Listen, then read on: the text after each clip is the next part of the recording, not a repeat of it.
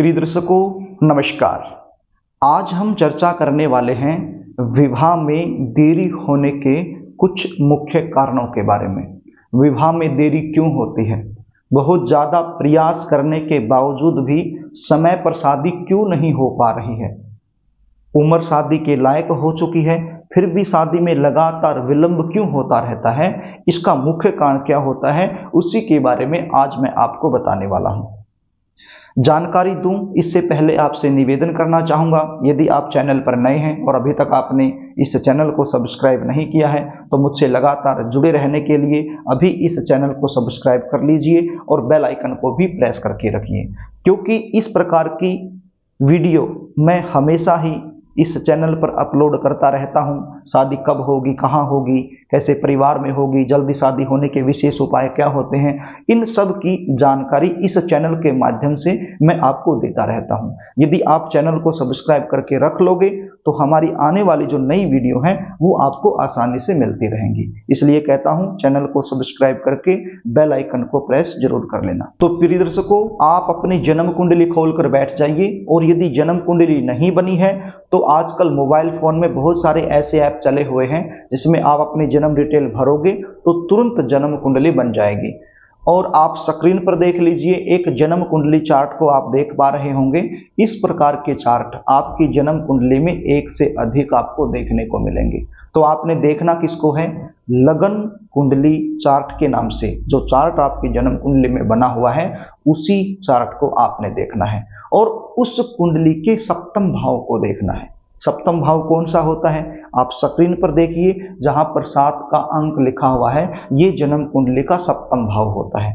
तो आपकी जन्म कुंडली के सप्तम भाव में यदि 10 नंबर लिखा है या फिर 11 नंबर लिखा है, इन दोनों में से कोई भी यदि एक नंबर लिखा हुआ है तो ऐसे बच्चों की शादी देरी से होने की संभावना होती है, देरी से शादी के योग बनते हैं। आप देख लीजिए आपकी जन्म कुंडली के सप्तम भाव में क्या लिखा हुआ है। अगला जो पॉइंट है उसको नोट कर लीजिए। यदि जन्म कुंडली के पहले भाव में, पहला भाव कौन सा है, जहां पर आप 1 का अंक देख पा रहे हैं, ये जन्म कुंडली का पहला भाव होता है। यदि जन्म कुंडली के पहले भाव में या फिर जन्म कुंडली के पंचम भाव में या फिर जन्म कुंडली के सप्तम भाव में या फिर जन्म कुंडली के दसम भाव में, यदि इन 4 भाव में से किसी भी एक भाव में शनिदेव बैठे हुए हैं तो भी विवाह देरी से होता है। विवाह के जो योग होते हैं वो देरी से होते हैं। मैंने देखा है ऐसे बच्चों की शादी देरी से हो पाती है। अगला जो पॉइंट है उसको नोट कर लीजिए। यदि जन्म कुंडली के पहले भाव में, जन्म कुंडली के चौथे भाव में, जन्म कुंडली के सप्तम भाव में, जन्म कुंडली के अष्टम भाव में, जन्म कुंडली के 12वें भाव में, यदि इन 5 भाव में से किसी भी एक भाव में मंगल देव बैठे हुए हैं तो भी विवाह देरी से होता है। अगला जो पॉइंट है उसको नोट कर लीजिए। यदि जन्म कुंडली के 6ठे भाव में या फिर जन्म कुंडली के 8वें भाव में यदि कोई भी क्रूर ग्रह बैठा हुआ है तो भी शादी देरी से होती है। अब क्रूर ग्रह कौन कौन से होते हैं, शनि, राहु, केतु, सूर्य, मंगल। यदि जन्म कुंडली के 6ठे भाव में और जन्म कुंडली के अष्टम भाव में, इन दोनों भाव में होने चाहिए। सपोज कीजिए कि 6ठे भाव में सूर्य देव बैठे हुए हैं और अष्टम भाव में मंगल देव बैठे हुए हैं तो शादी में देरी होगी। सपोज कीजिए कि जन्म कुंडली के 6ठे भाव में राहु हैं, अष्टम भाव में सूर्य हैं, मतलब दोनों भाव में होने चाहिए। इन 5 जो ग्रह मैंने बताए इनमें से कोई भी ग्रह होना चाहिए, तो ऐसे बच्चों की शादी भी देरी से होती है। अगला पॉइंट नोट कर लीजिए। यदि जन्म कुंडली के सप्तम भाव का स्वामी 6ठे भाव में बैठा हो, 8वें भाव में बैठा हो या फिर 12वें भाव में बैठा हो तो ऐसे में भी शादी देरी से होने की संभावना बन जाती है। अब कैसे पता करोगे कि जन्म कुंडली के सप्तम भाव का स्वामी कौन है? सप्तम भाव में जो अंक लिखा हुआ है वही बताएगा कि यहाँ का स्वामी कौन है। सपोज कीजिए आपकी जन्म कुंडली के सप्तम भाव में 1 नंबर लिखा है तो स्वामी कौन बनेंगे, मंगल देव। यदि 2 लिखा है तो शुक्र देव, यदि 3 लिखा है तो बुध, 4 लिखा है तो चंद्रमा, यदि 5 लिखा है तो सूर्य देव, यदि 6 लिखा है तो बुध देव, 7 लिखा है तो शुक्र देव, 8 लिखा है तो मंगल देव, 9 लिखा है तो देव गुरु बृहस्पति, 10 लिखा है तो शनि देव, 11 लिखा है तो शनि देव, यदि 12 लिखा है तो देव गुरु बृहस्पति। तो इस प्रकार से आप देख लीजिए कि सप्तम भाव में कौन सा अंक लिखा हुआ है और यहाँ के स्वामी कौन बनते हैं।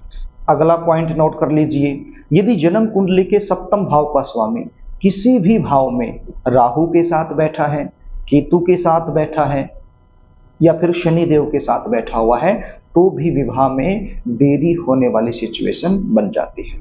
अगला जो पॉइंट है उसको नोट कीजिए, जन्म कुंडली के किसी भी भाव में जहां शुक्रदेव बैठे हुए हैं तो शुक्रदेव से 7 घर आगे जाकर यदि राहु बैठे हैं, केतु बैठे हैं या फिर शनि देव बैठे हुए हैं तो ऐसे में विवाह में देरी होती है।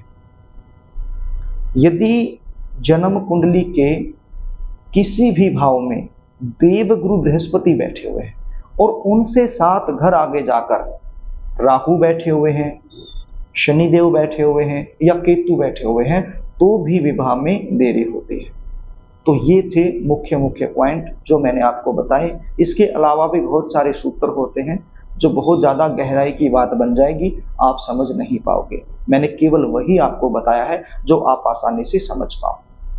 प्रिय दर्शकों, यदि आप अपने जन्म कुंडली का विश्लेषण मुझसे करवाना चाहते हैं, शादी कब होगी, कहाँ होगी, कैसे परिवार में होगी, शादी के लिए रिश्ता कौन लेकर आएगा, जल्दी शादी होने के विशेष उपाय क्या होते हैं, यदि ये सारी जानकारी आप मुझसे लेना चाहते हो तो स्क्रीन पर दिए गए व्हाट्सएप नंबर के जरिए आप अपनी जन्म डिटेल लिखकर मेरे पास भेज सकते हो और जन्म कुंडली का साइंटिफिक तरीके से सटीक विश्लेषण करवाकर ये सारी जानकारी आप मुझसे प्राप्त कर सकते हो।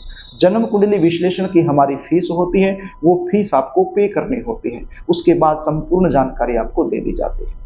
तो प्रिय दर्शकों, यदि कार्यक्रम आपको अच्छा लगे तो इस वीडियो को लाइक जरूर करना और कमेंट बॉक्स में आपकी जो उम्र है वर्तमान समय में जो चली हुई है वो जरूर लिखना, ताकि मैं भगवान के चरणों में आपकी जल्दी शादी होने की प्रार्थना कर सकूं।